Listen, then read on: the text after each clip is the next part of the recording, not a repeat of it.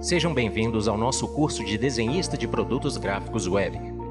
Um curso do projeto YTech, Universidade Aberta e Integrada de Minas Gerais, coordenado pelo Instituto Presbiteriano Gammon, pelo Projeto Estadual Minas Digital e pela Emanuel Educacional.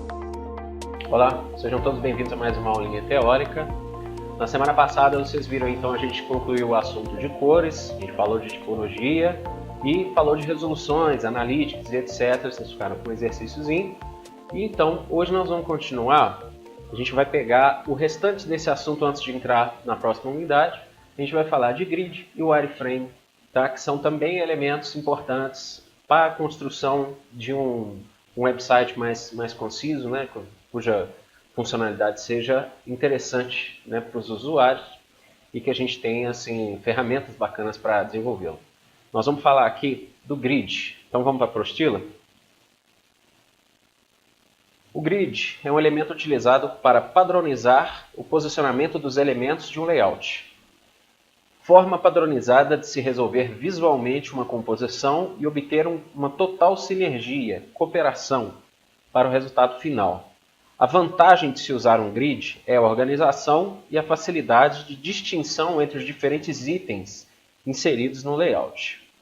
Na próxima tela aqui, então, vocês podem ver aí um exemplo, né, bem básico do uso de grid. São essas linhas guia mesmo, gente, que a gente está acostumado a ver aí. Todo software costuma trabalhar com linhas guia a partir do momento que ele tem uma régua, né? Você pode puxar essas linhas da régua e aí organizar essa informação, seja ela texto, gráfico, né? E assim por diante. Qualquer elemento que houver aí na construção do layout, ele pode, não obrigatoriamente deve, mas pode ser dividido em grades, ok? Então, aí dentro dos tipos de grid, a gente tem uma série que eu vou passar com vocês aqui só mesmo por questão de curiosidade, porque não é uma coisa assim obrigatória que a gente se apegue a esses tipos, né? Isso é uma coisa mais solta mesmo. Então, a gente tem um grid de uma coluna, usado geralmente em textos corridos, como relatórios e livros. O foco nesse tipo de grid é o texto. O grid de duas colunas pode ser utilizado quando temos grande volume de texto e precisamos apresentar conteúdos diferentes. O grid de múltiplas colunas, usualmente aplicado em sites e revistas, permite uma flexibilidade muito maior que os anteriores. Combina colunas de larguras iguais ou diferentes. Os grids modulares, que são compostos por uma combinação de colunas que organizam o conteúdo em porções pequenas de espaço.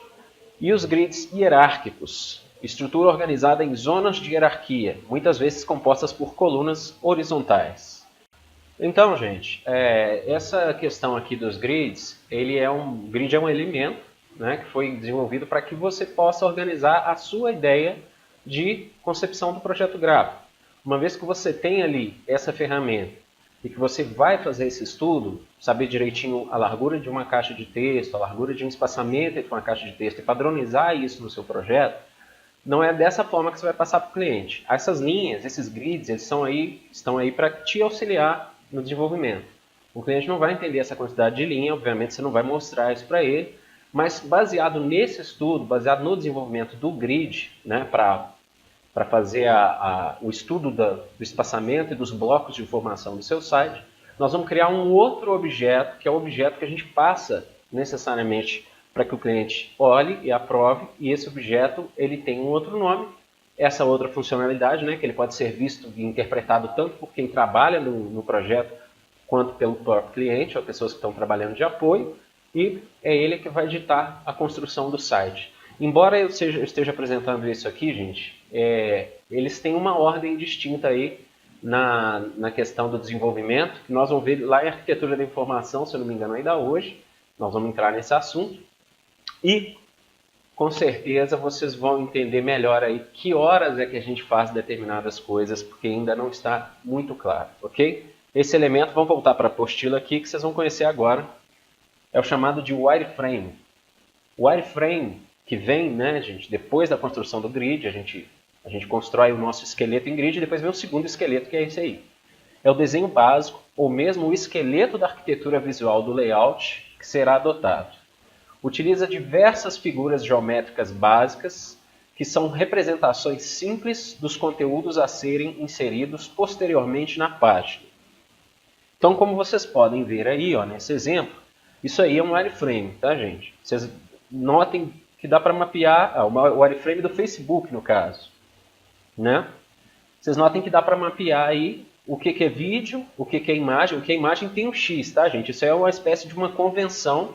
Então, geralmente, às vezes as pessoas colocam um retângulo cinza, uma coisa do tipo, mas o mais comum é fazer o wireframe nesse modelo que vocês estão vendo aí, tá? Um X onde tem a imagem, o resto, o que já tiver definido em termos de rótulo, né?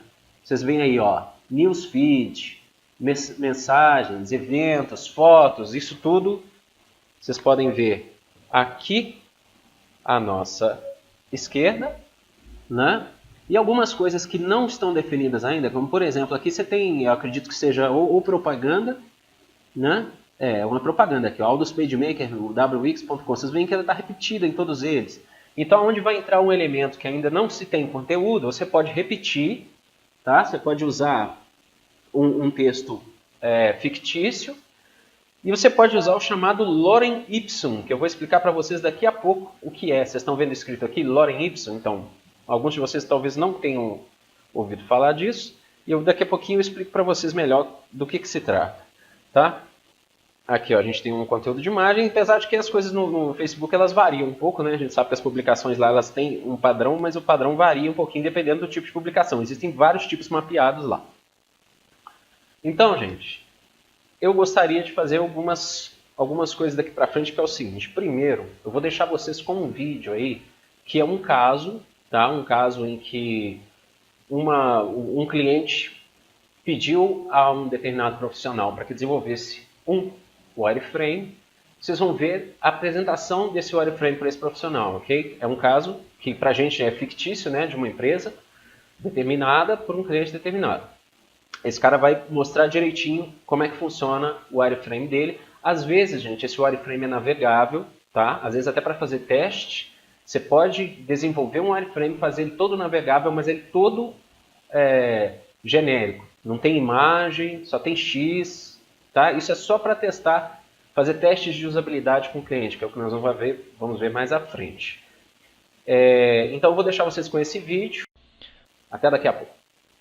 Olá, bem-vindo a mais uma videoaula do curso de criação de sites. Meu nome é Cadu, eu sou do canal Edutoria aqui do YouTube. Nessa videoaula a gente vai falar sobre wireframe. Tá? Então, para começar, eu vou mostrar o wireframe de uma página de um site que eu fiz, para vocês verem o que é um wireframe, e depois a gente vai falar um pouquinho sobre essa ideia, ok? Então, esse é um wireframe da página inicial que eu fiz para um cliente que é palestrante e dá cursos e treinamentos, né, corporativos. Basicamente, vocês vão entender aqui para que serve um wireframe. Pode ver que ele já é praticamente o layout de um site. Para chegar nesse wireframe, nesse desenho, foi feito um processo de arquitetura de informação. Então, assim, para começar, o que é arquitetura de informação? Imagine a pessoa que quer fazer uma casa e contrata um arquiteto para planejar essa casa. No geral, o arquiteto vai fazer uma entrevista com você, com essa pessoa, e vai entender, vai compreender as necessidades e o objetivo dessa pessoa com essa casa. Então, por exemplo, se ela tem ou quer ter filhos, se ela tem alguma necessidade especial, quantos carros ela tem, se ela planeja ter piscina, se vai ser uma casa de passeio, de veraneio, se vai ser a residência da pessoa, se ela gosta de área verde, enfim, vai entender, vai compreender esse público, né, o público que vai utilizar aquela casa para planejar os espaços, o que vai ter em cada espaço. Se a pessoa gosta de cozinhar, a cozinha pode ser mais ampla. Se ela gosta de assistir filme, pode ser que seja planejado um quarto para assistir filmes. Enfim, foi feita uma arquitetura que foi pensado em todas essas necessidades dessa pessoa, do público-alvo dessa casa. Com o website sistemas é a mesma coisa. É feita uma pesquisa, uma pesquisa de mercado, uma pesquisa com o cliente, entrevistas, enfim, uma série de processos de arquitetura de informação que o resultado vai ser um wireframe. Então veja só, esse cliente não possuía uma logomarca. Ele queria, na verdade, deixar conhecido a sua imagem, né? A sua imagem física, o seu rosto. Então, no lugar da logomarca, seria colocada uma foto da pessoa. Tá? Aqui o nome da pessoa em destaque e já o que ele faz. Essa área seria destinada a informações de contato, a conexões com essa pessoa. Então aqui os ícones de redes sociais, aqui um call to action, né, uma chamada para ação, vai te chamando para fazer uma ação, vamos conversar, e aqui o número de telefone. Como era um público corporativo e o público corporativo busca resultados, o primeiro menu seria puxando para esse lado. Então o menu seria quais resultados posso obter. Então a pessoa da empresa já sabe, clicando aqui, iria para uma página onde ela já saberia quais os resultados que ela pode obter com os cursos, palestras e treinamentos dessa pessoa, né, desse palestrante. Aqui já um solicitar orçamento, né, a facilidade em se comprar, né, facilitando a compra do serviço. Aqui um sobre, um histórico da pessoa, enfim, aqui as palestras, o serviço e de novo o contato.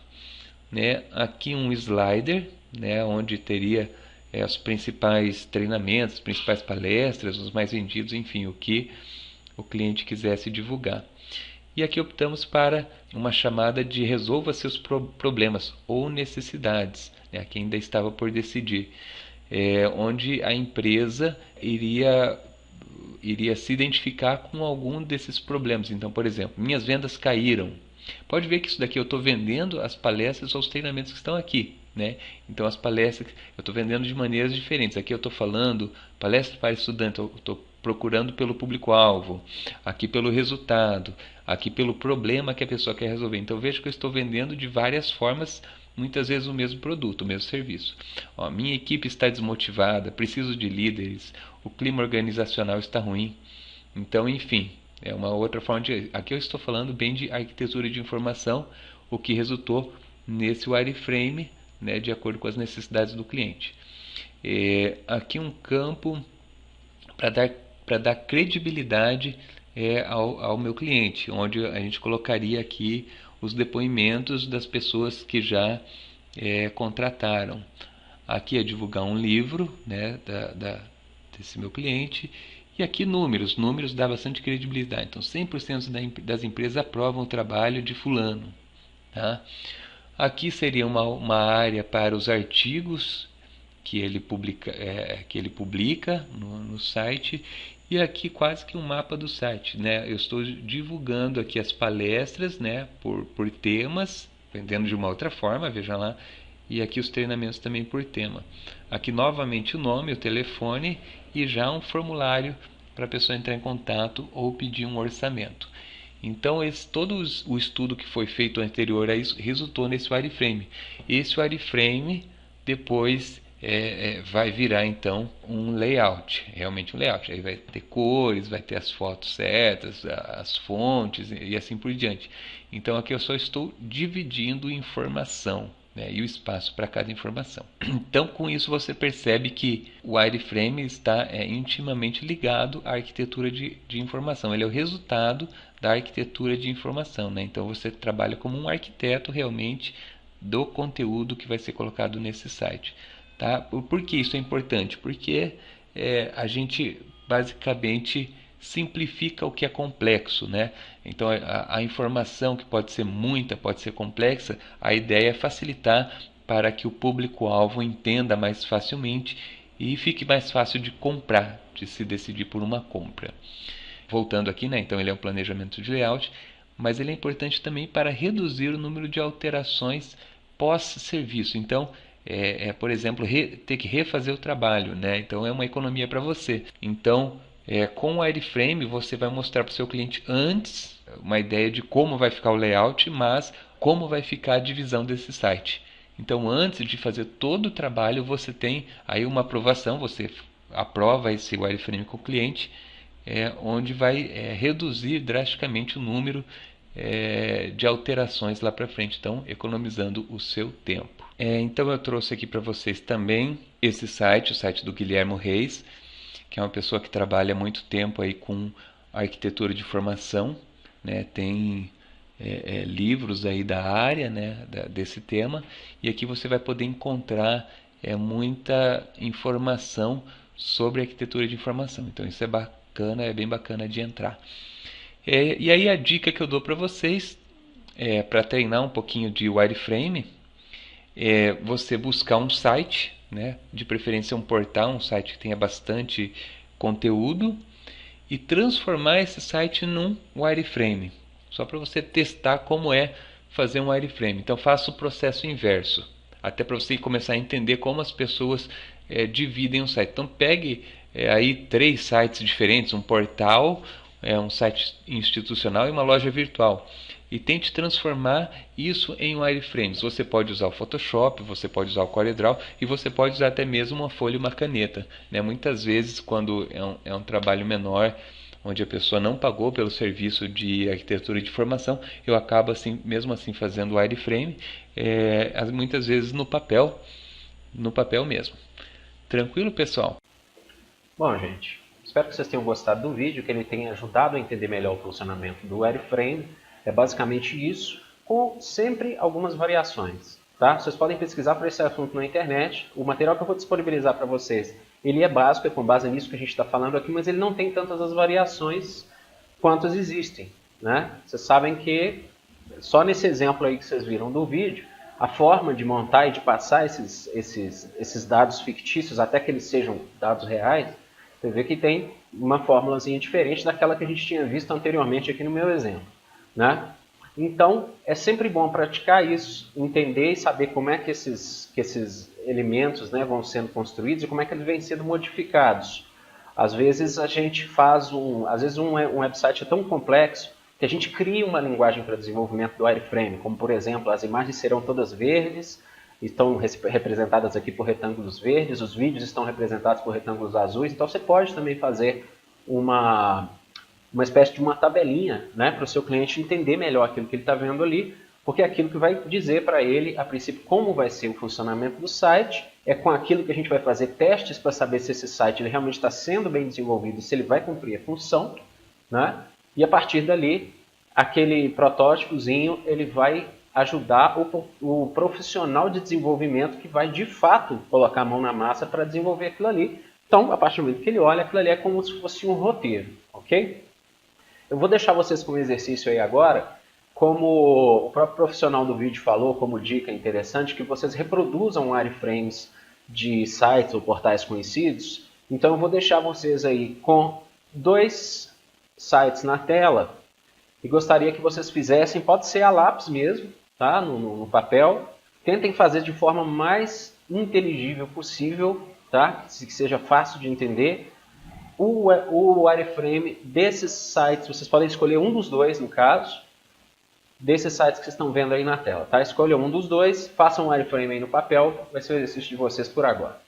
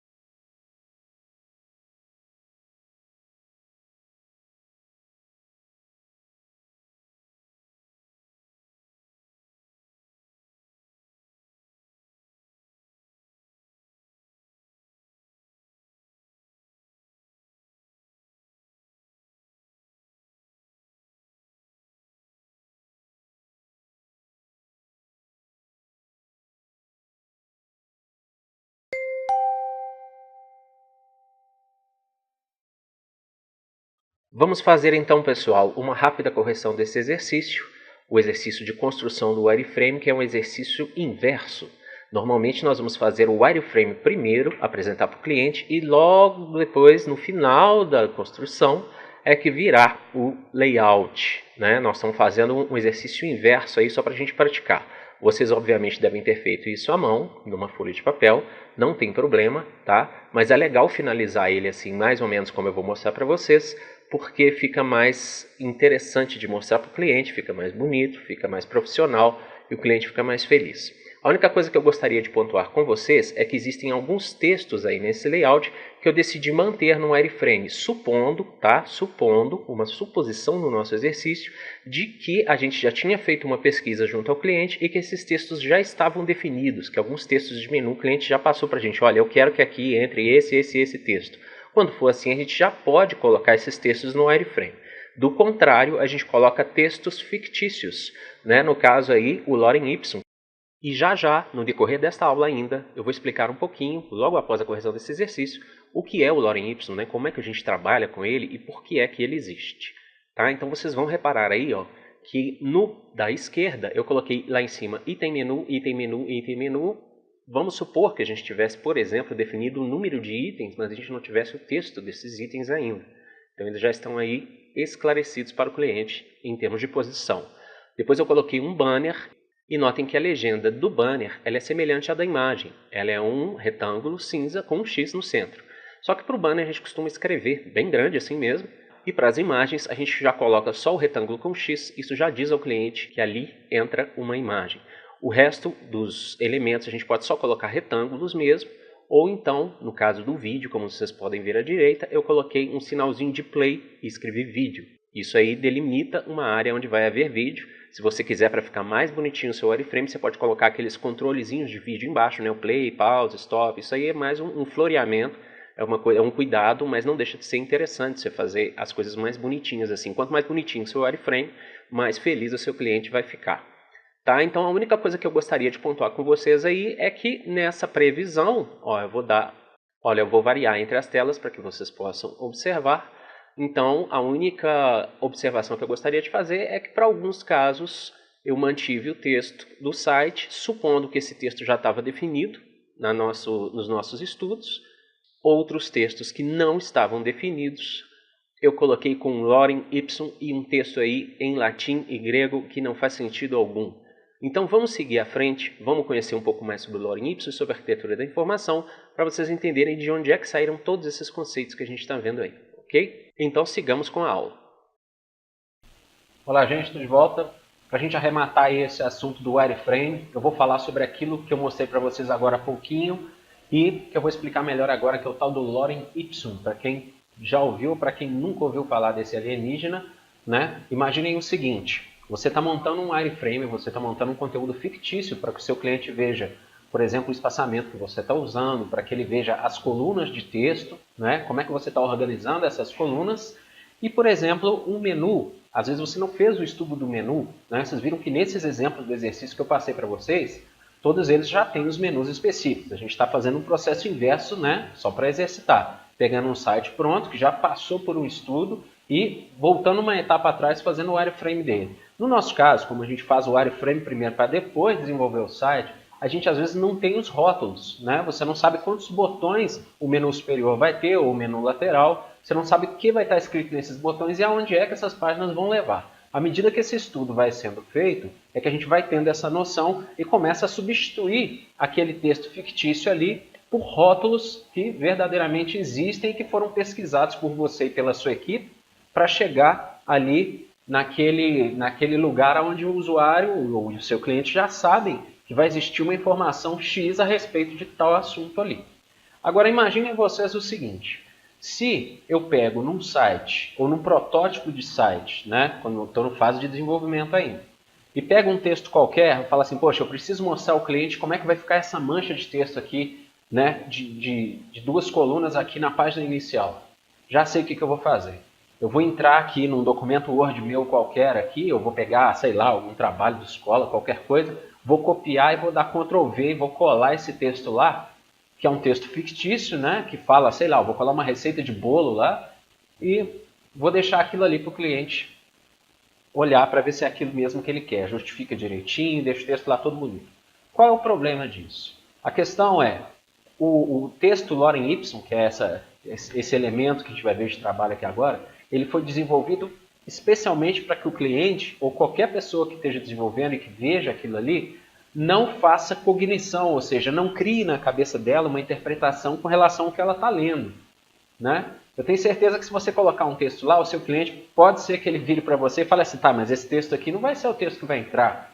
Aqui eu estou vendo uma receita de bolo. Aí você fala, não, isso aí eu coloquei aí só mesmo para encher o espaço. A questão é, gente, que um trabalho de desenvolvimento ele é muito complexo. E já aconteceu, eu já vi acontecer de uma pessoa colocar um texto fictício num protótipo desse e depois o pessoal do desenvolvimento vai lá e publica aquele texto achando que de fato aquele ali era o texto que era para sair. Porque ninguém diz para ele que não é. Se você publicar ali um texto estranho ali, mas que tenha, né, sentido, alguém pode publicar aquele texto. Então, o lorem ipsum é um texto completamente sem sentido, tá? Ele mistura grego, latim e mais uma opção de coisa, de forma que qualquer pessoa, seja o seu cliente que está vendo aquilo ali, ou seja, uma pessoa do desenvolvimento, vai bater o olho e vai falar, isso aqui não existe. Se isso aqui não existe, obviamente não é esse conteúdo que vai para o site. Eu preciso buscar esse conteúdo, saber quem é que vai me fornecer essa informação para colocar lá. Ok? Ele foi desenvolvido especialmente por isso, por não ter sentido e não fazer cognição na leitura. Tá? Vamos para o meu navegador aqui? Eu vou mostrar, vou mostrar para vocês isso aqui na prática, né? Porque, ó, lorem ipsum.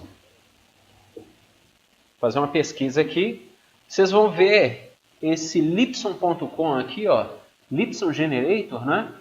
Que ele vem encabeçando aqui a lista de pesquisas no Google. E a gente tem aqui a definição de lorem ipsum na Wikipedia. Vamos dar uma lida rapidinho aqui, só para a gente amarrar aqui o que eu falei para vocês. Ó. Em design gráfico e editoração, lorem ipsum é um texto utilizado para preencher um espaço de texto em publicações, jornais, revistas e websites, com a finalidade de verificar o layout, tipografia e formatação antes de utilizar o conteúdo real. Muitas vezes este texto também é utilizado em catálogos de tipografia para demonstrar textos e títulos escritos com as fontes. Então tá, gente, olha só. Vocês podem reparar que não é só a questão da mancha gráfica, não. Tem a questão da tipologia, da fonte. Tudo isso já está sendo analisado. Se o texto lorem ipsum ele não tem relação de cognição, né? Você não consegue entender o que está escrito ali, você pode ver pelo menos o tamanho da fonte, se está legível, né? Se é aquele layout mesmo que o cliente quer, se é aquela fonte ou aquele estilo ali que vai satisfazer o que vai vir a ser o futuro layout do site, tá? Então vou voltar para cá para o computador e agora eu voltando aqui, vou mostrar para vocês como é que funciona esse generator aqui, ó, que é muito bom, tá? Desde que eu me entendo aí por desenvolvedor de qualquer coisa que seja que precisasse de texto, esse site aqui está no ar, tá? Vocês só vão ter que decorar esse nome, tá, gente? Lorem ipsum, porque isso aqui tipo, foi uma convenção que já vem de muito tempo atrás, e você pode inclusive, olha, fazer em textos, né? Ou em idiomas. A gente está em português do Brasil aqui. Aqui vocês vão achar o que é, por que nós usamos, tá? É basicamente tudo isso que eu já expliquei para vocês. Se vocês quiserem dar uma lida aqui para complementar o conhecimento, eu acho uma boa. Se eu quiser gerar para jogar dentro já de um desenvolvimento aí que a gente vai vir a fazer mais adiante, né? A gente jogar, vamos supor, parágrafos. Eu vou querer 2 parágrafos. 2 parágrafos. E aqui, ó, vocês têm essa opção aqui, começar com lorem ipsum $. Isso aqui é só realmente uma alegoria, porque ficou tão comum que o pessoal chama de lorem ipsum, porque ele começa escrito isso, lorem ipsum $, e tal, e depois ele vai embora escrevendo mais uma opção de coisa confusa aqui, né? Vou gerar. Ó, tá aqui o nosso texto, tá vendo? Você pode copiar e colar onde você quiser. Você pode dividir ele em colunas, né? Aqui, ó, foram gerados 2 parágrafos, 191 palavras e 1266 bytes de lorem ipsum. Vocês podem tentar ler isso aqui que vocês não vão entender nada, ok? Tem uma palavra chamada ódio aqui que a gente conhece, ódio. Uma ou outra aqui a gente vai ver que tem, né, semelhança com o português, mas realmente isso aqui não faz sentido algum. E aí você pode colar onde quer que seja, onde você estiver desenvolvendo o seu produto, que você vai ter um texto aí que com certeza vai fazer cognição nenhuma na cabeça do cliente, nem na cabeça do desenvolvedor, tá? Ele vai servir mesmo só para estudo. Ok.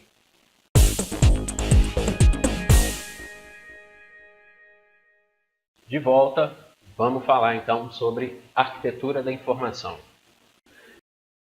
A arquitetura da informação, gente, ela é uma área que tem diversas ferramentas já estipuladas por vários estudos, a gente tem livros a respeito disso, a gente tem estudiosos e especialistas nessa área, né? Tem várias referências aí que vocês podem estudar à parte. Eu vou deixar um material mais resumido para vocês no sistema, na parte ali de objetos de aprendizagem, e a gente vai tentar entender de uma forma bem enxuta, né? De uma forma bem objetiva e fazer alguns exercícios para que a gente possa entender melhor como é que funciona essa área da arquitetura da informação, que é uma das áreas que, diga-se de passagem, é uma das áreas que eu mais gosto. Assim. A gente pode ter projetos de arquitetura da informação em que a gente vai desenvolver um site, mas a gente não vai chegar a botar a mão na prática, a gente não vai fazer. Né? Obviamente que o que a gente está fazendo no nosso curso aqui é o contrário, a gente está aprendendo a fazer, mas para isso a gente está estudando o como fazer. Né? Mas se vocês quiserem, por exemplo, se especializar futuramente em ser arquitetos da informação, vocês serão capazes de desenvolver toda a lógica para o funcionamento daquele produto e passar esse produto para terceirização, para que outra pessoa desenvolva. Né? O que não deixa de ser, você não deixa de ser estudioso, você não deixa de, por exemplo, sair da aula da área de design, você não deixa, por exemplo, de ter que desenhar ou de ter que colocar soluções gráficas para o cliente. Você só não vai implementar aquelas situações, né, aquele estudo todo, no real, no mundo real, que seria o mundo real que eu digo da web, né? Tipo assim, o próprio navegador, o próprio desenvolvimento, a própria programação ali para fazer o produto real. Tá? De repente você pode querer fragmentar o seu trabalho e trabalhar numa dessas áreas em separado. Ok? Esse assunto, gente, ele é tão interessante que eu decidi, além da minha própria explicação, colocar mais um profissional de vídeo, né, que é esse videozinho que eu achei no YouTube aí, que é bem legal. Esse cara vai explicar para vocês de uma maneira bem assim dinâmica, né, como é que é o resumo da arquitetura da informação, para que ela serve, né, para que é mesmo que a gente precisa desenvolver, parar para estudar um rótulo, por exemplo, o que vai vir num botão. Você sabe o que você vai colocar no botão do site do seu cliente?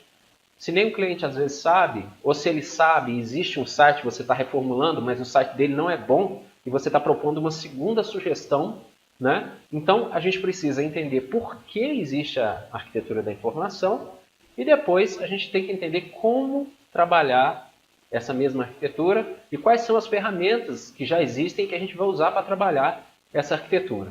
Então esse vídeo explicativo aí, complementando o que eu estou acabando de falar para vocês, ele vai vir logo agora. E em seguida a gente volta falando das ferramentas, né, propriamente ditas para o desenvolvimento do projeto de arquitetura de informação. Ok? Então fiquem com o vídeo. Será que o pessoal que visita o seu site consegue encontrar a informação que ele queria?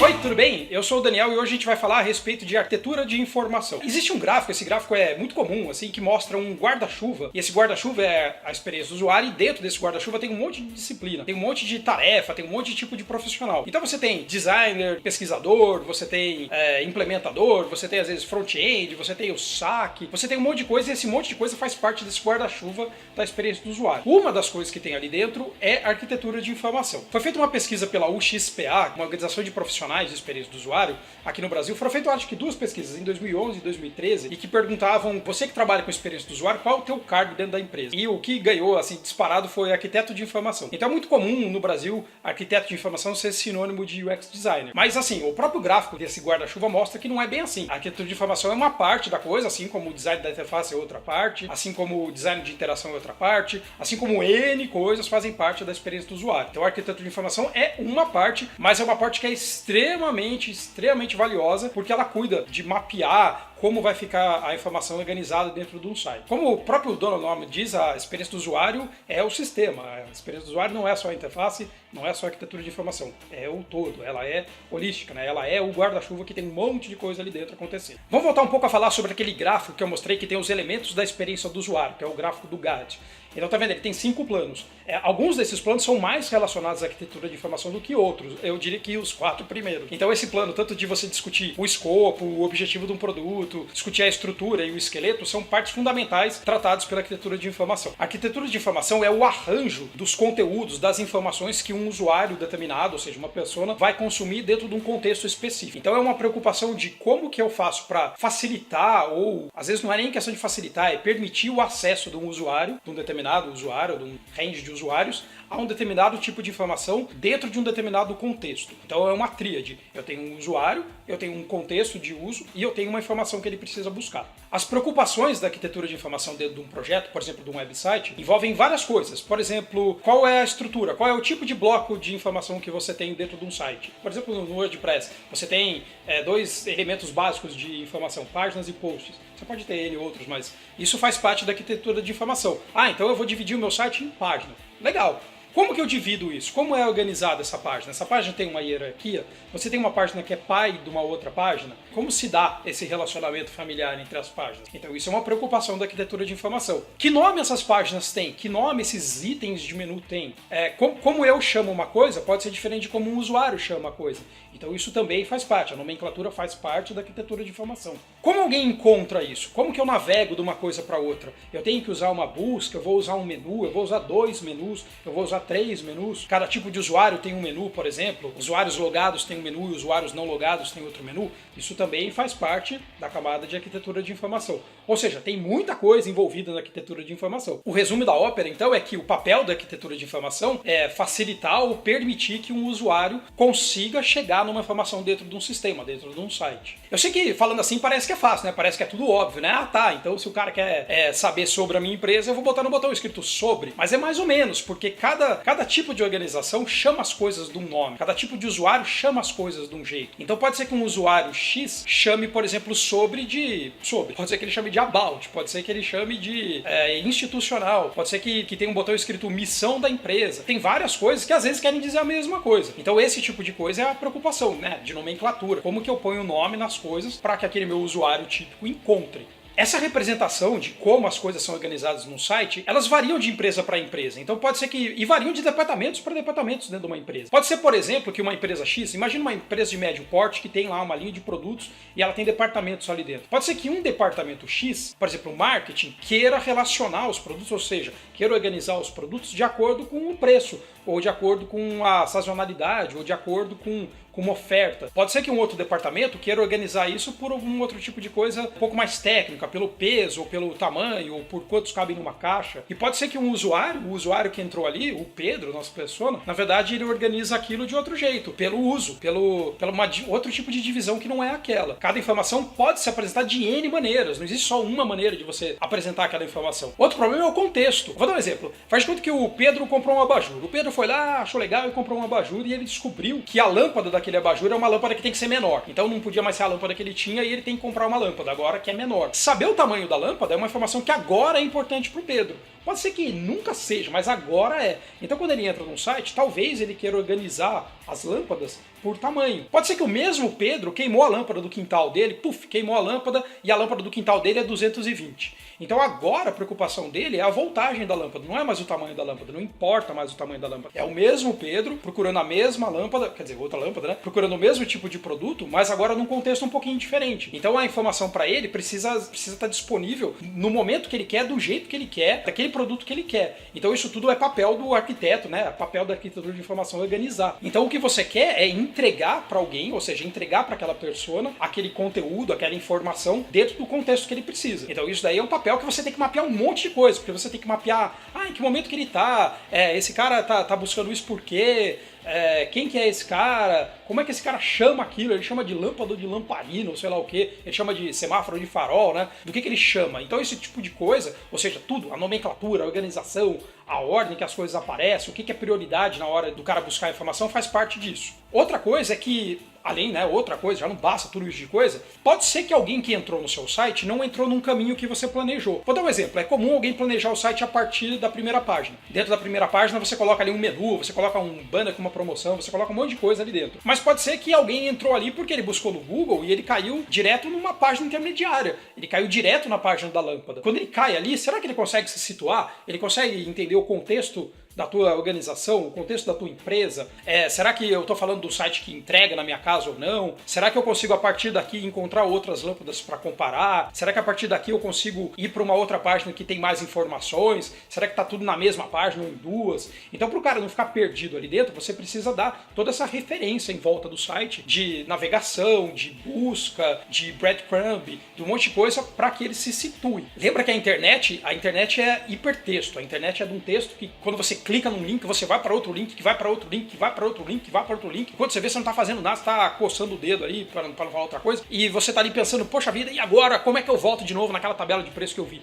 Então tudo isso daí faz parte, né? Eu tenho que dar subsídio para que o usuário, mesmo que ele cometa um erro, sem querer eu fui lá e putz, cliquei num link errado, como é que eu volto? Um monte de coisa. Então a gente fala que o botão mais usado no browser é o botão de voltar, né? Então você está sempre voltando. Você sempre entrou e voltou, você sempre foi e voltou, sempre foi e voltou. Então você criar esse ambiente onde a pessoa possa fazer isso de maneira razoável, satisfatória, é papel do arquiteto de informação, é papel da arquitetura de informação. Hoje mesmo eu tive uma reunião a respeito de um projeto do cliente que vende roupa de esporte. Então calça de esporte, camiseta de esporte, esse tipo de coisa. E a gente estava se perguntando se o cliente precisava naquele site que o produto dele tivesse uma página específica para cada um.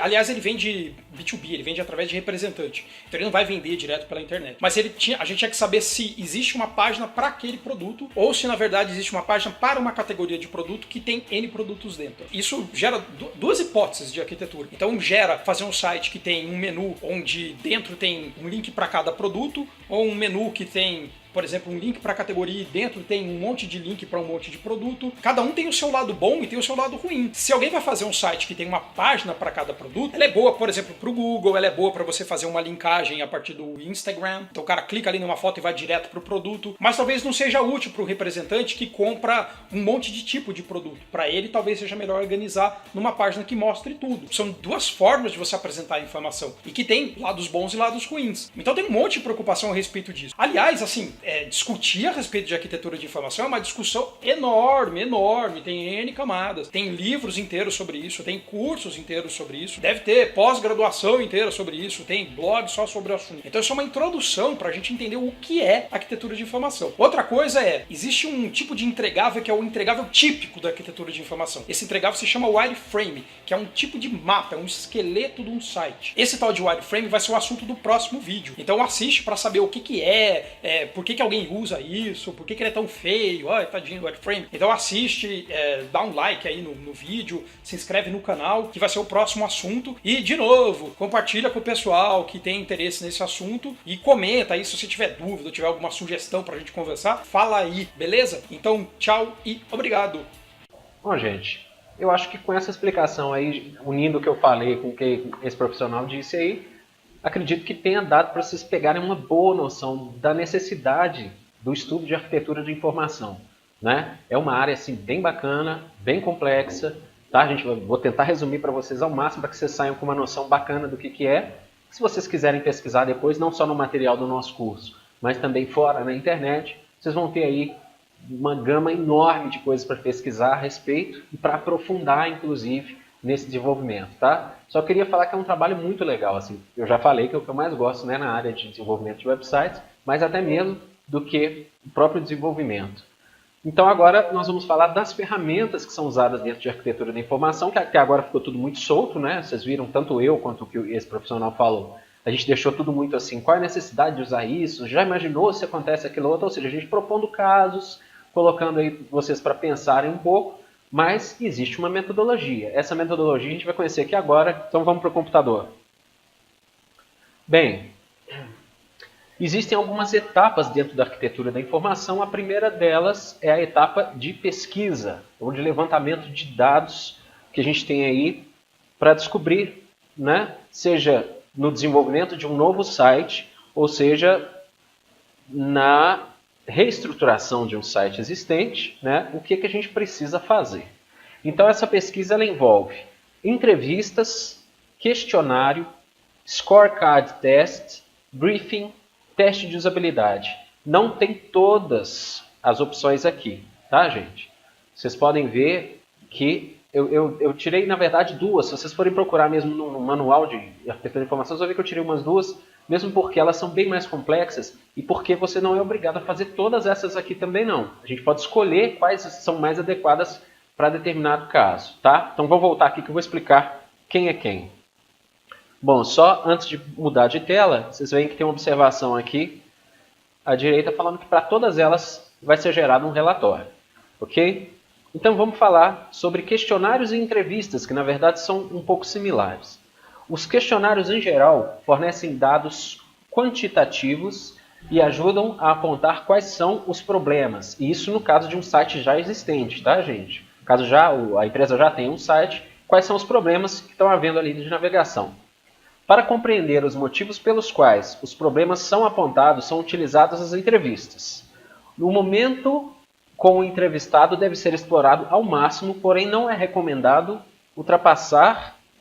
tem um não tá dobrado aí, desculpem, tá? Ultrapassar 1 hora. Portanto, deve envolver de 12 a 15 questões.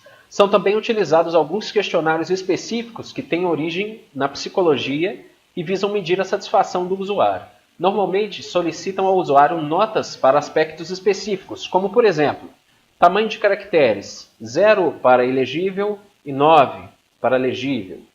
Aprender a usar o sistema, 0 para difícil, 9 para fácil. Então, senhoras e senhores, senhoritas, esse questionário ele tem que ser desenvolvido nesse esquema que eu falei para vocês, tá? De 12 a 15 perguntas, não ficar fritando ali o usuário mais de 1 hora. E é lógico que na hora de fazer esse questionário, tipo assim, o que eu vou perguntar para um cliente? Obviamente, essa entrevista anterior, ou até mesmo uma conversa ali que você tem com o pessoal do marketing, ou com o próprio cliente que te colocou aquele serviço, aquele desafio, né, de reestruturar ou de criar o site, já dá para entender mais ou menos quais são as dificuldades que as pessoas têm ao acessar o site antigo ou coisa do tipo. Tá? Se não tiver, você pode colocar, como eu falei, assim, pensar do mesmo jeito que a gente pensou para desenvolvimento do briefing, pensar assim, o que eu preciso fazer para esse site desse cliente funcionar, ou para criar um site para esse cliente. Será que eu vou entrevistar quem? Eu vou entrevistar uma pessoa que eu designar na rua, assim, um cliente em potencial desse site, alguém que eu pegue, vamos supor, que está passando na loja, que eu possa falar assim, você tem um tempinho para a gente fazer um teste? É lógico que aí você não vai segurar o cara 1 hora, né? Vai ser um questionário bem rápido. Mas pode ser um funcionário da própria empresa. Às vezes o site vai ter uma intranet, vai ter uma comunicação interna, e você vira para o funcionário e coloca lá nas perguntas assim, qual a sua facilidade de comunicar internamente com o seu colega de trabalho? É de 0 a 9. Aí o cara fala, minha dificuldade é 6, porque, sei lá, aí você pergunta por quê, né, no caso da entrevista. Porque eu só tenho esse ramal aqui do lado, esse ramal não funciona. Se tivesse uma intranet, uma coisa, vocês trocam e-mail, vocês usam o quê? O Google? Vocês olham em tempo real, fica conectado? Vocês conversam pelo WhatsApp, como é que funciona? Então, aí você vai começando a mapear para ver se o site pode ou não, né, se essa intranet ou se esse site pode ou não dar solução para aquele caso ali, ok? Então vamos passar para frente. Scorecard Test, esse aqui é muito interessante. Número 1, né, ele é dividido em etapas. Escreva nas cartas os títulos das categorias, subcategorias e conteúdo. Isso aqui você é que está criando, tá, gente? Depois numere as cartas de 20 a 25. Mais ou menos, tá? Pode ser menos também, dependendo. Às vezes é um site institucional que tem bastante menos conteúdo. Peça aos usuários que as ordene em pilhas e as nomeie. Peça também que descreva cada grupo. Tome nota de todo o processo, ações e reações do usuário. Para validar, use as cartas fechadas. Nomes à mostra e conteúdos no verso. Observação. Podem ser termos, frases ou até desenhos. Para esse teste, então, gente, imagine que vocês vão ter aí um conjunto de cartas. Imagine um site onde você tem um menu principal e você tem os submenus, né? Por exemplo, a empresa. Aí embaixo da empresa você tem Fale Conosco, Nossa Missão, Quem Somos, os fundadores, né? Não necessariamente nessa ordem. E aí você vai colocar esses títulos nas cartas e o conteúdo que vai estar ali atrás né, ele vai estar oculto para o cara que vai estar fazendo o teste. Não, você é quem está aplicando, né? Para quem estiver sofrendo o teste, o conteúdo vai estar oculto, a pessoa só vai poder olhar os títulos e ela vai organizar na mesa as cartas, colocando, agrupando, né, por seções. Você vai falar para ela assim, agrupa para mim aqui, ó, eu quero 5 grupos e dentro de cada grupo desse você vai colocar os outros subgrupos que você acha que são pertinentes. Você pode até estipular para ele assim, ó, esses aqui são os principais em vermelho e os submenus estão em azul. Só que você não vai falar para ele o que é. Ali, o cara já está exercitando com você 2 coisas. Primeiro, a cognição de saber aonde fica tal coisa, ok? Eu fiz um wireframe uma vez para um cliente que tinha muito serviço interno dentro da empresa. Inclusive tinha serviço de leva e trás dos funcionários para determinado, né, outra área dentro da empresa e tudo mais. E uma das coisas assim que era difícil para os funcionários, que a gente descobriu no meio desses testes, era que alguns funcionários achavam que em determinado link ele conseguia o contato para esse leva e trás. E outros funcionários, tipo assim, na faixa de metade a metade lá dentro dessa empresa, eles achavam que era em outro lugar. A gente falava com ele assim, onde é que você vai pedir um carro para o seu transporte aqui? Metade apontou de um lado, a outra metade apontou do outro. Então estava havendo um erro de cognição aí. Os funcionários estavam assim, alguns deles achavam, não, eu venho aqui em contato e aqui deve ter alguma coisa falando sobre pedir o transporte, né? Aí o outro falava, não, deve estar em funcionários. Então, com esse scorecard teste, a gente já faz o seguinte, a gente além de entender melhor como é que as pessoas estão vendo essa questão de aonde eu vou encontrar tal informação, a gente já começa a estudar os rótulos. Porque sabe-se lá se o melhor rótulo é fale conosco, né? Ou contato, enfim. Ok? Então esse é mais um teste que vocês podem utilizar e sempre anotar os resultados. Sempre anotando os resultados do teste. O quanto maior, aliás, é bom ter uma pessoa para aplicar um teste e é bom ter outra pessoa só para fazer anotações. De repente uma pessoa que consiga ou escrever muito rápido ou digitar muito rápido. E além disso, aliado a esses dois, um gravador é sempre bem-vindo, tá? Porque você vai sempre ouvir alguma coisa que o entrevistado está falando ali que você não vai ter tempo de anotar, mas que é pertinente. E imaginem só o relatório que vocês vão ter que fazer com toda essa informação dos entrevistados, né? Isso tudo dá trabalho, mas é essencial para a construção do site. Vamos voltar aqui para a apostila. Testes empíricos e de usabilidade. Também conhecido como ensaios de interação, são originários da psicologia experimental e nos permitem levantar dados a partir da interação homem-computador. Envolve principalmente a observação e diálogo com representantes do público-alvo realizando tarefas típicas, ou seja, navegando, né, gente, num protótipo, por exemplo. Em geral, utilizam as técnicas de verbalização, pedir ao usuário que fale sobre as suas dúvidas e decisões.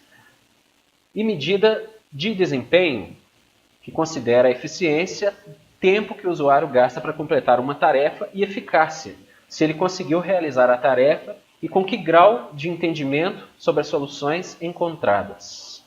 Pois bem, vocês notam como é que as ferramentas elas se amarram? Eu falei para vocês, eu tenho um exemplo para vocês aqui dos funcionários que estavam pedindo o transporte dentro de uma empresa e que estavam com dificuldade de fazer isso pelo sistema de intranet da empresa. Esse problema ele pode ter sido identificado por um scorecard, por exemplo, quando eu pedi para os usuários separarem as cartas e colocarem elas, né, em categorias e subcategorias, metade desses funcionários pode ter feito uma leitura, a outra metade pode ter feito outra leitura.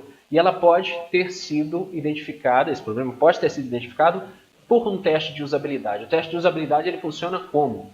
Você montou um protótipo, geralmente, gente, é interessante que haja um protótipo navegável. Se não houver um protótipo navegável, a gente costuma fazer até um protótipo em papel mesmo, onde os menus já estão desdobrados, né? A gente faz o protótipo, seja pode ser feito no GIMP, pode ser feito no software vetorial, que a gente vai ver em laboratório ainda, e aí você coloca assim como se os menus estivessem todos abertos. E você vai virar para o usuário e vai falar assim, você precisa fazer tal ação para chegar numa necessidade que você tem aqui dentro. Qual vai ser o caminho que você vai seguir? E aí você deixa o usuário te apontar o caminho que ele está querendo chegar. Só que se os menus estiverem todos desdobrados e abertos, obviamente ele vai fazer a navegação de trás para frente, vai ficar mais fácil para ele. Por isso é muito importante que haja um protótipo navegável. Protótipo navegável é um site que você vai construir usando o mesmo trabalho que você vai ter para fazer o site final, Só que ao invés de colocar as imagens certas, o texto certo, você vai colocar lorem ipsum para todo lado lá no texto, né, em termos fictícios, e vai colocar retângulos lá, cinza com X no meio, para as imagens, e alguns rótulos você já vai preenchendo. Né? Na verdade, o teste de usabilidade ele já necessita que os rótulos estejam ali, pelo menos em caráter assim, primário, né? Como tipo a empresa, contato, isso e aquilo, para ver se está funcionando mesmo, se a pessoa vai saber navegar. Então você passa um desafio para a pessoa, né? Você passa o desafio para esse entrevistado do tipo, quero que você ache tal coisa. E aí ele vai navegar naquele teste ali, e se ele não achar, ele vai te falar por que ele não está achando e o que ele acha que deveria ser. Né? Não estou achando porque isso aqui para mim, li escrito aqui, botão escrito tal coisa, e para mim isso não quer dizer nada. Tá, mas então clica aí. Aí você vira para ele e fala, clica aí então, vê o que tem lá dentro. Aí ele lê as subopções e fala, tá, então quer dizer que isso significava tal coisa? Você anota aquele resultado ali. Por que esse cara não conseguiu chegar a determinado lugar, sendo que você deu para ele o caminho? Porque ele não achou cognição entre a palavra que estava ali no rótulo e o que você pediu a ele para fazer, ok? Então, depois não, né, gente? A gente pode escolher quais são os testes mais legais. Esse teste de usabilidade, embora ele seja mais trabalhoso, porque ele precisa da construção de um protótipo, ele é bem eficaz, tá? Então vamos voltar para cá. Olha só, depois de todos esses testes iniciais, obviamente você vai ter que gerar um relatório, senão você vai se perder. Imagina a quantidade de gravações de áudio, quantidade de anotações de texto, principalmente quando você está anotando de maneira muito rápida, né? A tendência é que você faça uma grande bagunça ali nas suas anotações. Quando você dispensar os seus entrevistados, você vai sentar no seu escritório e você vai elaborar um relatório para as entrevistas. Um relatório por entrevistado. Vocês podem ver aí que a gente tem, ó, um modelinho básico, tá, gente? Mas é lógico que as áreas são maiores, porque o que você vai ter que digitar é bastante coisa. A data, o horário, o nome do entrevistador e os dados do entrevistado, nome, cargo, setor, isso aí para uma empresa, né, gente? Se for para fora, pode ser aí, não precisa de cargo, setor nem nada. A descrição da entrevista, ou seja, do que se trata, qual o teste que você fez, né, cara? Isso é um scorecard, isso é um questionário que você fez com esse cara, o que é? Então você vai descrever o que foi que aconteceu. O relato do entrevistador sobre as respostas e comentários do entrevistado. Aqui você, como entrevistador, vai redigir um texto dando o seu parecer a respeito daquela experiência. As observações do entrevistador também, né, que aqui é que você pode, no caso, dar o seu parecer. E comentários sobre o momento da entrevista, aspectos considerados mais relevantes e o que o entrevistado tenha pedido destaque. Né? Ou seja, se o entrevistado não entendeu determinada coisa, ela vai vir aí. Tá? De qualquer forma, gente, esses campos aí, aqui da descrição da entrevista para baixo, pode, no caso, virar um campo só, virar dois campos. Um campo onde você reflete a experiência do entrevistado e outro que você coloca a sua experiência como entrevistador. O importante é formatar, tá? Isso eu falo para vocês aqui agora, ó, o importante, formatar isso da maneira, né, que você, como desenvolvedor, possa tirar o melhor proveito daquela informação ali.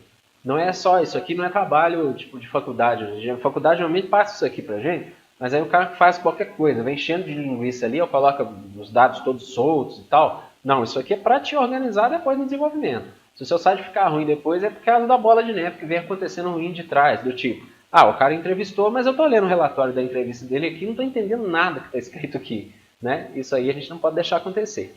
Então, dá trabalho, gente. Dá muito trabalho. Por isso que eu falei, por isso que chama-se projeto, né? Projeto de arquitetura de informação.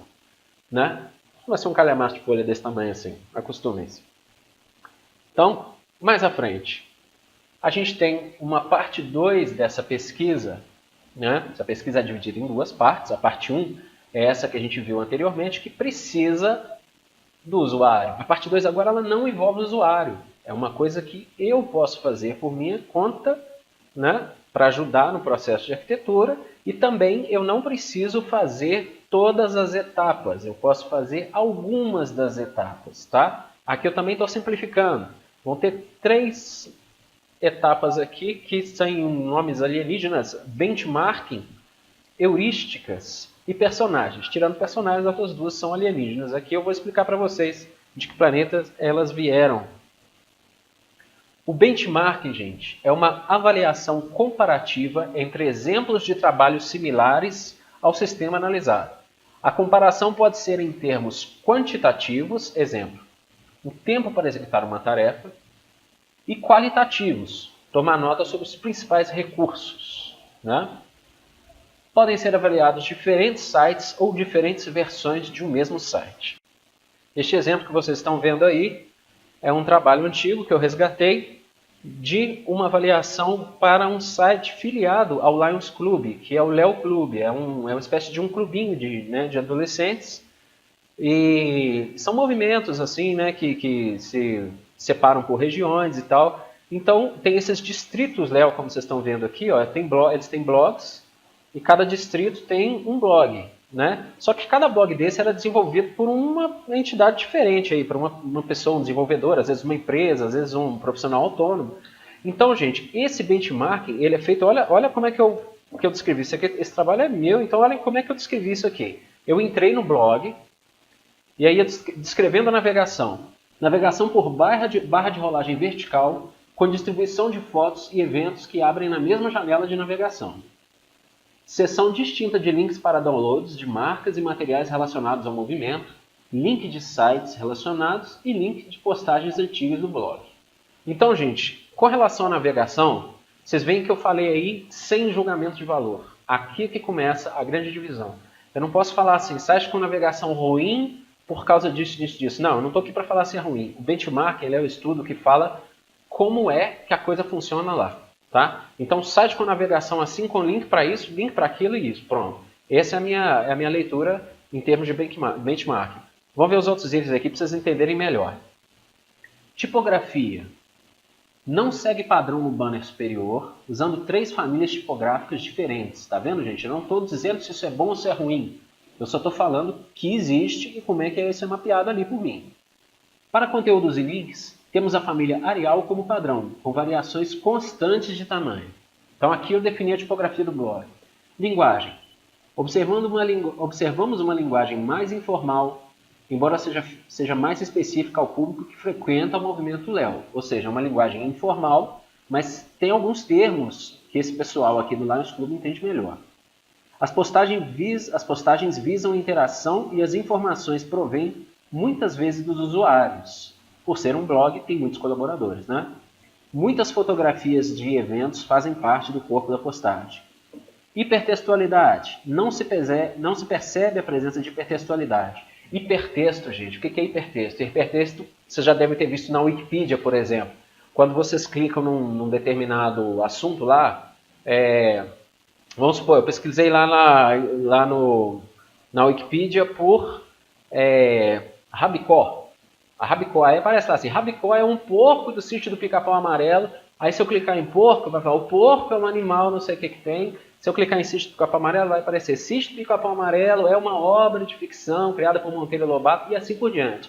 Aí eu clico em Monteiro Lobato foi, Isso é hipertextualidade. Quando um link leva a outro, que leva a outro, que leva a outro, e a gente tem uma navegação que ela é linear de acordo com a nossa lógica de cliques, né? Tipo, se eu cliquei no 1, 2, 3 e 4, eu vou criando ali uma ponte linear entre os assuntos que eu designei, mas em compensação ela não é linear, ela é hipertextual porque ela não tem caminho certo.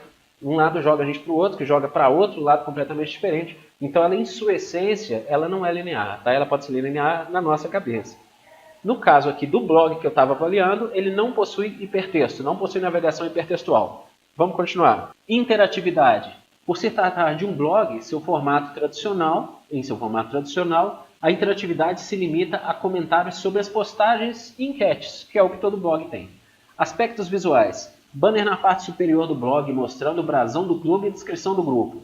Cores leves em tons de azul institucional. Mais uma vez, por se tratar de um blog, a maioria dos aspectos visuais, como rolagem, posicionamento, não são inerentes dessa categoria, né? Ou seja, blogs são blogs, né, gente? Eles se parecem. Formato de resolução, 800 por 600 pixels.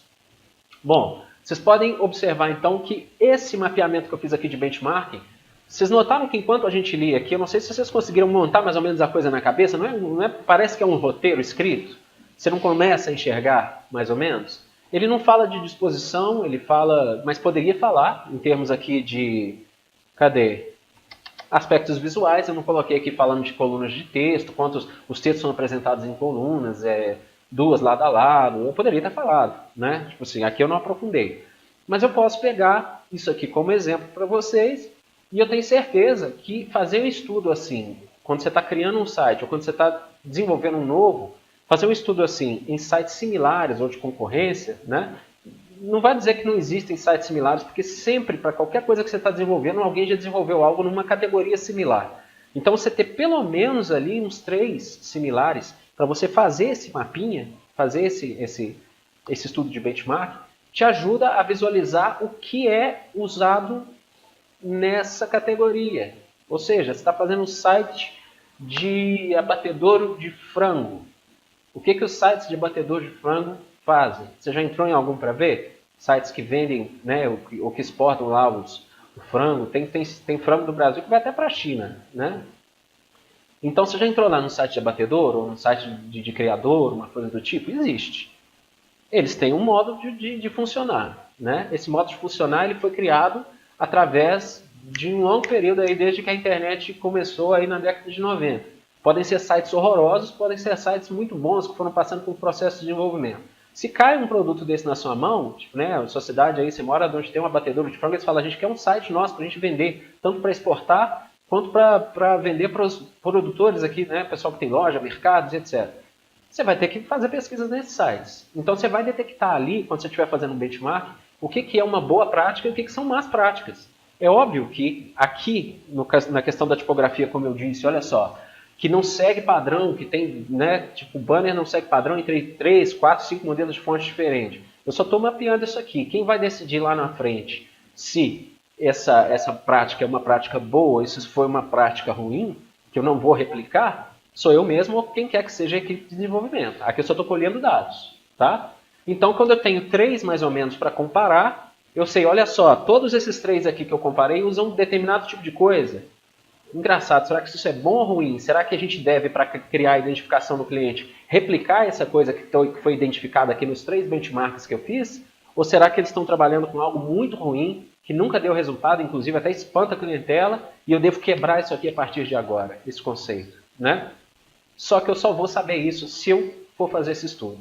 Sem o estudo, a gente fica no achismo, né? Ah, entrei lá, dei uma olhada no site do cara, vi que o vermelho é bonito, que o verde é feio, e vou mandar ver assim mesmo, e aqui está aqui seu areal. Não é nem assim que funciona, né? Então, mais uma ferramenta para vocês aí. Ferramenta que não precisa do cliente, muito boa, que é o benchmark. Vamos agora então para as heurísticas. O que são heurísticas? Heurística, ou heurística sem H, é um método ou processo criado com o objetivo de encontrar soluções para um problema. Isso aqui, gente, é a definição geral, tá? É um procedimento simplificador que, em face de questões difíceis, envolve a substituição destas por outras de resolução mais fácil, a fim de encontrar respostas viáveis, ainda que imperfeitas. É um método de inspeção em que heurísticas são verificadas, né? Heurísticas são essas dúvidas que a gente viu acima, de acordo com as suas recomendações. Exemplos. Para a heurística de visibilidade e reconhecimento do estado ou contexto atual, podem verificar as seguintes recomendações. A página inicial do portal deve ser capaz de responder as seguintes perguntas. Onde estou? O que esse portal faz? A navegação das páginas do portal deve responder às 3 perguntas. Onde estou? Onde estive? E para onde posso ir? Então, gente, as heurísticas são justamente esses questionamentos, né, que a gente mesmo coloca para saber se a funcionalidade se a gente está conseguindo atender ali, né, se o estudo que a gente está fazendo está conseguindo atender a funcionalidade que vai vir daqui a pouco, né, quando o site começar a ser desenvolvido. Então a gente cria essas heurísticas, tá? A gente mesmo cria, ou então a gente pode procurar por listas na internet, vocês vão achar lista de heurística para desenvolvimento de website no Google assim a rodo. E aí você começa a se guiar por aquilo ali, né? São tipo guias mesmo, assim, para que a gente faça a partir dali um desenvolvimento legal. É lógico que essa aqui é parte também sem cliente, a parte que a gente pode fazer sem cliente não, digo, sem usuário, né? Sem usuário ali para ser entrevistado nem nada. Unindo sempre, tá, gente? A gente sempre pega, tipo, 2 ou 3, 2 ou 3 ferramentas de uma área, que é a área, né, de entrevistados, e a outra, que é a da nossa área de desenvolvimento, sem entrevistado presente. E por último, gente, nós temos aqui a parte dos personagens, que é super divertida de fazer, inclusive. Vocês podem fazer ela mais ou menos desse jeitinho que eu fiz aí, ó, com os desenhos, tá? E se você não souber desenhar, você pode cortar isso de algum lugar ou fazer bonequinho de pau e tal. Esses desenhos aí eu fiz mesmo. E esses personagens, a gente vai criar personagens fictícios, né? E que seriam, no caso, público em potencial para esse site. Eles vão servir de estudo também. Esses personagens, gente, eles não são inventados assim do nada. Eles são com base em observação, com base na conversa com o cliente, no briefing que você fizer.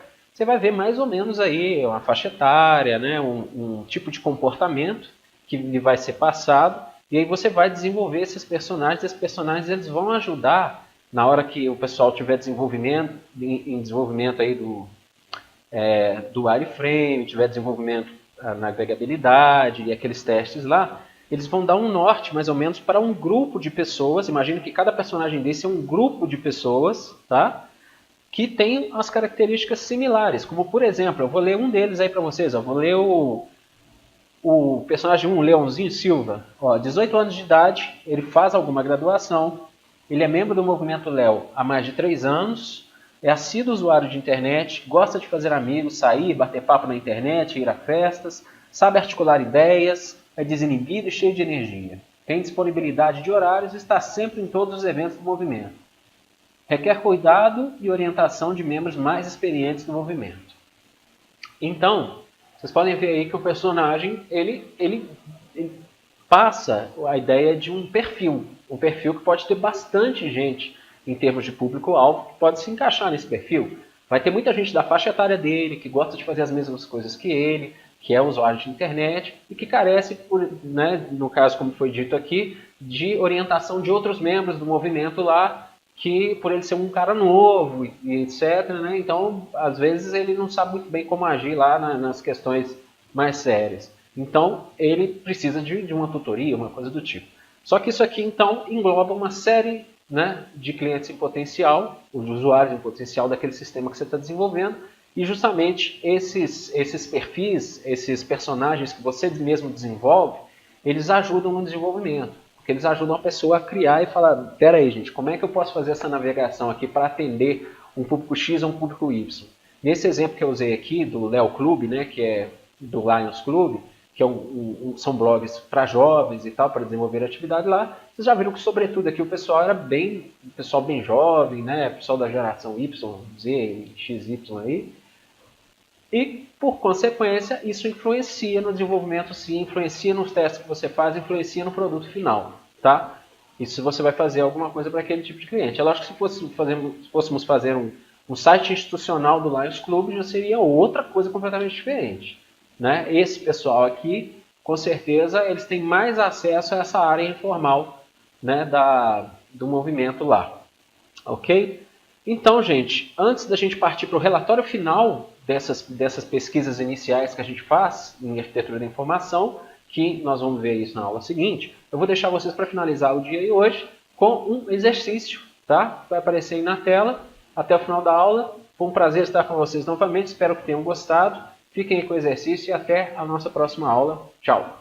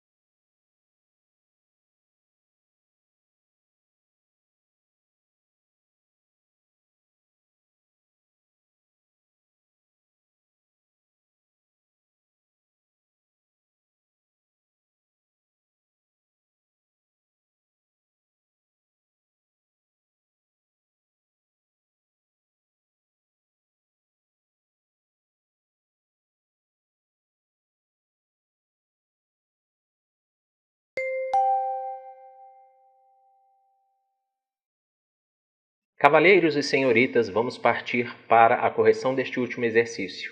Uma dinâmica que eu quero adotar daqui para frente nessas correções, até para que elas sejam mais objetivas, é que quando a questão, como a questão 1 aqui, trata da alternativa incorreta, eu vou justificar por que essa alternativa está incorreta e eu não preciso ler as alternativas corretas acima, mesmo porque elas são afirmações corretas, elas ficam aí como estudo, tá?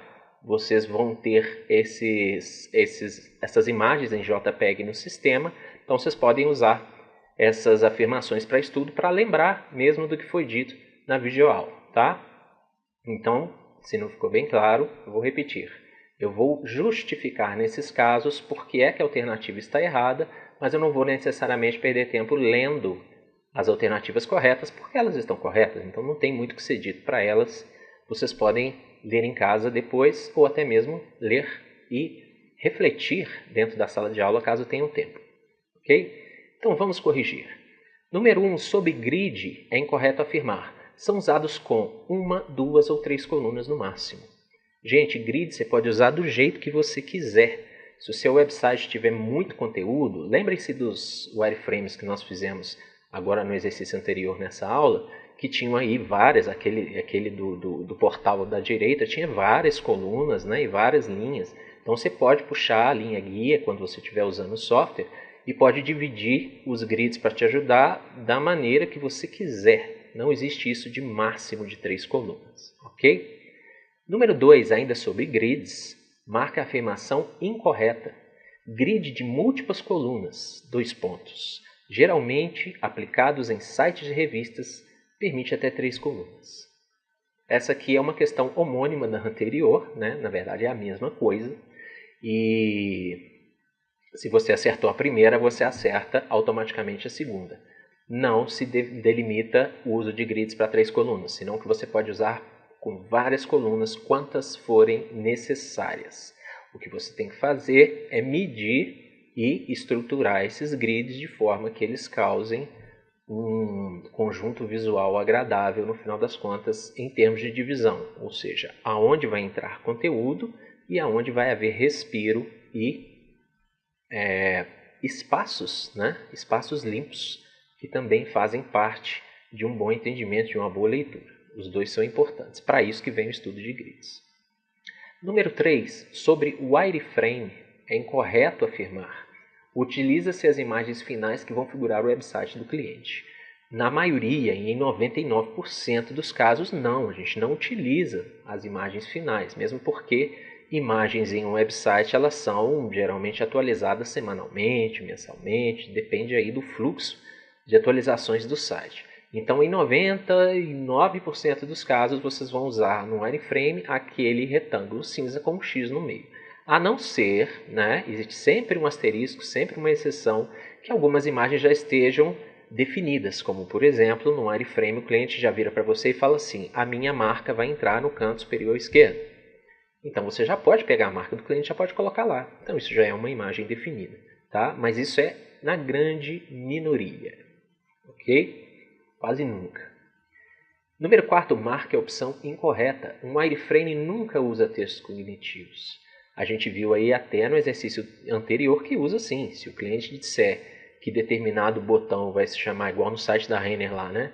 Vai se chamar gêneros, masculino, feminino, infantil. Isso já está mais do que definido e vai figurar o website, você queira ou não. Isso já foi estipulado para você. Então, isso é um texto cognitivo, ou seja, texto que causa cognição, que causa sentido na cabeça do seu cliente e na cabeça do usuário. Se esses textos cognitivos já tiverem sido passados para você, então existe sim a possibilidade de usar textos cognitivos num wireframe. O resto que não tiver definido vai para o lorem ipsum, vai para aquela confusão toda lá que o objetivo é justamente não criar sentido e ideia nenhuma. Número 5, sobre a arquitetura da informação, marque o correto. Ela trabalha com a estruturação e organização de grandes volumes de dados. Isso está, inclusive, na própria definição, né, cara, do que é arquitetura da informação. Isso aqui é uma característica, uma das mais principais da arquitetura da informação, que é essa, né, a organização de grandes volumes de dados. Para isso que ela serve, inclusive, você tem aí muita coisa para organizar, Então ela vem justamente para estruturar esse grande volume. Tá? Por que as outras alternativas estão erradas? Letra A, não se aplica a websites. É claro que se aplica, principalmente se aplica a websites. Letra B, visa a criação de testes para websites e revistas. É muito incomum, gente, usar a arquitetura da informação para fazer peças impressas como revistas. Tá? Existem aí outros estudos de projetos gráficos para impressos, como revistas, jornais, etc., que estão muito mais consolidados e mais simples. Você não precisa fazer um scorecard teste com usuários para saber quais são as seções da revista, se o tamanho da imagem que vai entrar, se é uma ou duas colunas de texto, ou seja, para impressos é um pouco mais simples. Então, sobretudo, os testes são para peças virtuais como websites, ok? Este é justamente o erro, tá? E letra D, visa ajustar a resolução de wireframes mediante teste de usabilidade. Essa é a famosa alternativa completamente sem noção. Ajustar a resolução de wireframe, já por aí isso não faz o menor sentido. O wireframe não precisa ter resolução. O wireframe, como eu falei para vocês, ele pode ser apresentado até num papel feito à mão, né?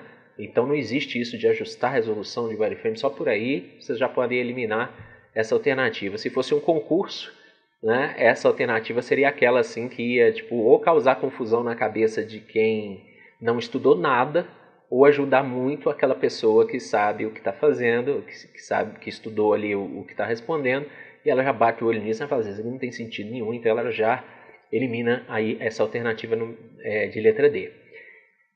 Questão número 6. São etapas do estudo de arquitetura da informação, exceto estudo de cores, né, gente? Estudo de cores, ele não faz parte da arquitetura da informação, faz parte lá do início, onde a gente viu de elementos de comunicação, de estudo de comunicação visual. O questionário faz parte sim, o scorecard test faz parte sim. Agora o briefing também, ele, embora auxilie no trabalho da arquitetura da informação, ele não é necessariamente uma ferramenta de arquitetura da informação. Então, nesse caso aí, me perdoem, porque o correto seria marcar essa opção também. O briefing ele não faz parte, digamos, de maneira clássica, né, de maneira estipulada, teoricamente, para a arquitetura da informação. Mas ele ajuda a guiar o processo. Tá? Ele vem antes disso. Ele vem na parte de atendimento. Então, marcaríamos a questão D também como exceto. Número 7. Ainda sobre a arquitetura da informação, é incorreto afirmar o que? A letra D. Não se gera relatório para todos os testes. Isso aí não precisa nem comentar, né? Eu falei um tempão sobre isso aí nessa aula. Gera-se sim, obrigatoriamente, relatórios para todos os testes. Relatórios que, quanto mais detalhados, quanto mais cuidadosos, melhor vão te auxiliar a encontrar problemas de navegação, problemas de usabilidade e tornar o seu produto final, que é o wireframe e o projeto final que entrega para o cliente, mais robusto, conciso e correto para que o seu website tenha sucesso. Número 8. São itens do relatório de pesquisas, exceto quantidade de perguntas.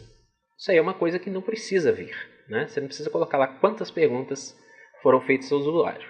Você pode fazer lá na descrição, lá embaixo, se você quiser, uma descrição, caso você tenha tempo, coisa que dificilmente você vai ter, uma conclusão do tipo assim, foram feitas tantas perguntas, foram feitas para tantos usuários e tudo mais. Num relatório final você pode colocar isso, né? Mas no relatório de pesquisa você não precisa necessariamente colocar a quantidade de perguntas, mesmo porque você vai especificar e as perguntas vão estar lá enumeradas, vamos supor que você colocou lá de 1 a 10, né? Então você não precisa fazer um campo escrito, quantidade. Aí você bota lá 10. É mais uma tabelinha aí no Excel ou no Word para você criar e não faz o menor sentido, tá? E 9, última questão, etapas da arquitetura da informação que não envolvem o usuário, exceto o scorecard test. Scorecard test envolve o usuário. Todas as outras 3, inclusive, são as 3 que eu citei, né, não envolvem o usuário. Benchmarking não envolve, você pode fazer sozinho. As heurísticas, as perguntas heurísticas não envolvem o usuário, é você que faz, e os personagens também é você que cria baseado na observação dos visitantes em potencial que aquele sistema vai ter. Já o Scorecard Test a gente sabe que é imprescindível a presença do usuário ali para fazer o teste. Então é isso, gente, exercício corrigido, finda a nossa aula, eu agradeço a presença de todos vocês e desejo um bom retorno para casa, desejo que estudem e até a próxima aula, estarei aqui com grande prazer, um grande abraço e tchau!